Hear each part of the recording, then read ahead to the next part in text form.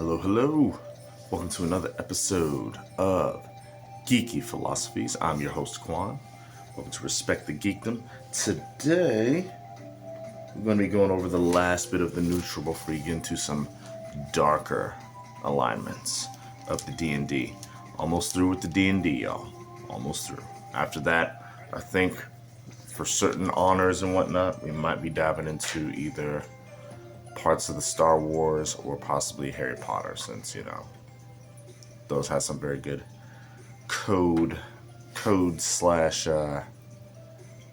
personality or philosophical traits to have. But the last one of the D&D alignment is the chaotic neutral. If I was to describe the chaotic neutral, it's from basically what I read so far. It'd basically be the rebel without a cause, the rebel that wants to do things for its own sake, not for any particular purpose besides what it feels. But you'll see what I mean. So, main traits I noticed with pretty much the chaotic neutral is it follows its whims. Whatever it feels like doing, it does it.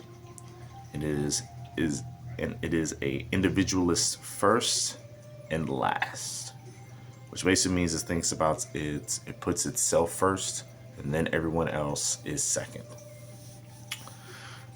So in the good part of this alignment, it has a lot of freedom from society's restrictions and the do-gooder zeal. So basically, it doesn't feel like being the hero. It doesn't act like it's going to be the hero. It just does what it feels like it needs to be doing, and without any consideration of what society wants it to be.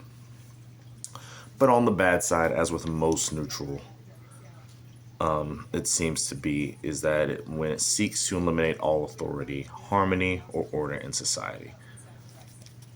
Basically, the neutral part of it, to where pretty much it doesn't really care. It just does what it feels. It just hates boxes pretty much to a T.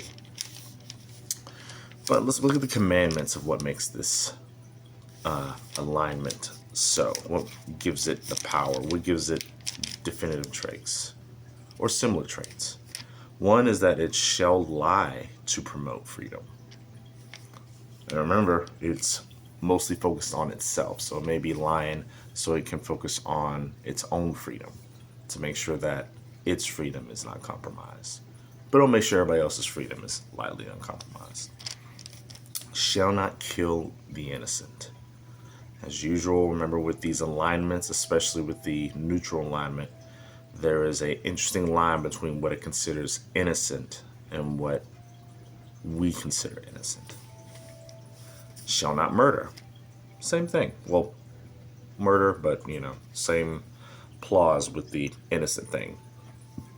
What it means to murder may seem a little bit different than what we feel the murder is. Shall help the needy if such act promotes its freedom. So pretty much it will help people only if it helps promote its freedom. If it makes sure that it's free, or the chaotic neutral's free, it would probably help other people. Shall honor no authority above itself. So this pretty much has has a major problem with authority. Major problem. If you're higher than it doesn't probably respect you at all. Let's see here. Other things is it shall break the law whenever convenient. This is where that rebel without a cause clause comes in, to where it doesn't really matter. Pretty much it'll break a law just because it can show that it can. It'll break a law just because it shows it's like, hey, I'm not scared. I'll do this all day, every day. That's how it feels. Shall betray others unless shall not betray others unless its life is in jeopardy. Once again, we've seen this neutral trait before in the true neutral. And I think maybe even the lawful neutral, but but definitely in the true neutral. So it pretty much sticks to its animal instincts and won't betray anybody unless its life is in jeopardy. So keep that in mind. If it happens to sense that you're about to betray it, it may throw you under the bus way before you even think about trying to throw it under the bus. Shall not aid enemies of freedom or those who promote law. Once again, sticks to the same clause. If it's somebody or something that restricts freedom, or somebody or something that enforces a certain law, it doesn't want to take part in it. Not at all. Not even a little bit. This is where it gets interesting. It shall pursue pleasure. So in a way, the chaotic neutral follows its whims, follows what it feels so much that maybe its main goal is not only just to look out for itself. Its main goal is to make sure it gets all the goods for itself. It wants to seek out its own pleasure. It wants to seek out its own kind of retribution in a way. And it seems like the last one before we get to the sins is that it shall promote unlimited freedom for itself. Enough said. Pretty much what it feels like it wants to do, it'll do it without even thinking about it, without a flinch, without even a second guessing. If it's something that it feels that it needs to be doing, it will do it. What are the sins? What is it against 100%? Well, we already know some of the things that is against, but what are the particular things that it's against that maybe we may not have known really?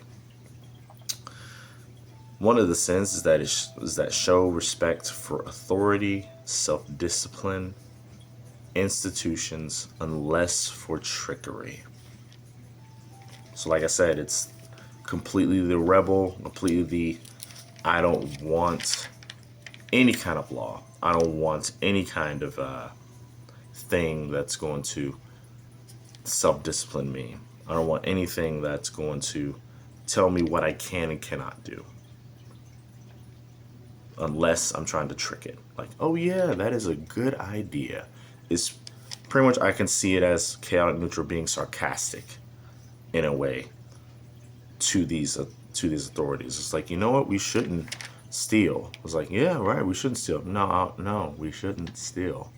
It's like, you're lying to me already. It's like, yeah, I am. It's that kind of guy. Girl. Person. Let's see. Another thing that it sees as a sin is to fail to pursue pleasure. So once again, it's out for itself. And it keeps it as one of the rules is that it shall pursue pleasure. So one of the sins, one of the things that will mess it up, one of the things that it does not like is when it fails to pursue its own pleasure. When it fails to have itself a good time, that's basically when a chaotic neutral is not doing its job, or it feels it's not doing its job. Placing fear of law or duty above personal desire. Once again, let's look out for numero uno. So pretty much, it's not afraid of law. It's not afraid, and it doesn't want to be in a position to where it has to do something, especially when it's above its personal desire. So in a good sense, chaotic neutrals are probably not going to be the people who are known as stoics, who are not going to be the people who follow the law or uphold the law. They do whatever they feel, when they feel it, however they feel it. They'll keep their word to peers when breaking their word would get them out of danger or provide amusement. So pretty much what that means is that keeping its word to a certain person when it can have the advantage of getting something out of it, or breaking its word to get something out of someone. Basically, it doesn't hold promises, especially if those promises are keeping it from certain joys, certain amusements, certain things. Like pretty much, like I said, it's looking out for numero uno, which means it's not going to be the person that's going to keep promises. It's going to be the person that it'll say this, but if that promise is keeping them from being alive, or if that promise is keeping them from enjoying something, it's not going to keep it. It's going to pretty much scrap it as soon as it can, which kind of goes to the commandment of pretty much won't betray others unless his life's in jeopardy. Everything that involves its life, whether it's physical life or whether it's, oh, I'd like to have a good time, that's what it views as putting its life in jeopardy, most likely. Refusing to exert power over those or sow dissension. So, if it has the opportunity to show that it is powerful over certain people, it will do it. Or at the same time to sow dissension, which is kind of sowing a little bit of disagreements. Basically, this chaotic neutral is almost the perfect advocate for a devil's advocate. Where everyone else is going, we should talk about this, we should talk about that. We should have this idea. That's a good idea. That's a really good idea. He's the one that goes like, nah, I don't think that's a good idea. In fact, I think it's poop. We should actually get other ideas. He'll do that. He seems in a sense pretty much a devil's advocate, but also do it just to see arguments. He'll do it just to see a little bit of aggression in certain people. Turning down a chance to trick, cheat, or lie for personal gain or amusement. Once again, it goes back to looking out for numero uno. Basically, it sees whole life as a game, and it has to win. And one of the ways pretty much it has to win is pretty much if it sees something that it can do a trick, they can trick somebody, they can cause someone to cheat, that it can lie, it'll do it for its own personal gain, or do it just for feeling good, do it for the heck of it, in a way. Another thing that is against is actively hindering change. So it is an agent of change in a way. It does, if change is supposed to happen, it won't block it. It'll let it go. It'll pretty much let it flow into the world. And the last thing that it wants to do is stop change. It wants change to happen. It wants unpredictability. It wants adaptability in a way to happen, just so we can have a little bit more fun. And the last one, and this is, this probably sums up, does a circle throughout all of the, I guess, eliciting the laws and everything, is actively inducing boredom. So, like I said, this is the guy that you probably want to party with, but you also want to keep your wits about yourself when you party with it, because they will keep the party entertaining. They'll make sure they'll pretty much be the temperature of the party to where, okay, this seems a little bit slow, so let's go ahead and start this chaotic thing. But at the same time, it's also still looking out for numero uno, which means besides it making sure that there's nothing that's kind of bored. If it feels like, oh, I'm gonna entertain myself now, it's gonna do that by almost any means necessary. It is almost a Joker-like kind of vibe, but it pretty much plays on both sides, pretty much.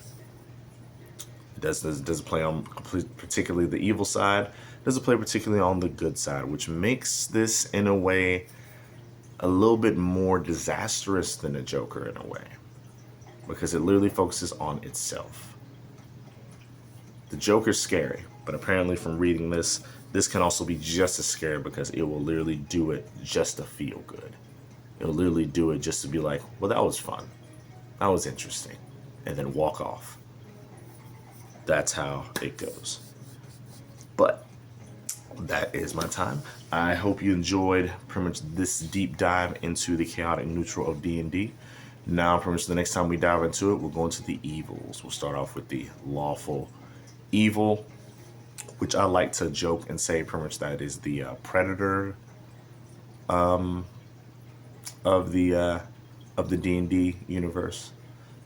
We have pretty much the neutral evil, which I think would probably be classified as a person that can flip the script on you, like this alignment. It'll look out for itself, but it'll also possibly lean toward the winning side. That's how I feel. And we have pretty much the chaotic evil, which is, like I mentioned before, the possibility of the Joker-esque kind of alignment. But you won't know until we dive into it. If you like this content, please like, share, subscribe, and all this stuff. I got audio library playing in the background. That way it's not just you're hearing me just talk and blabber on and anything. But hope you have an awesome day, and deuces.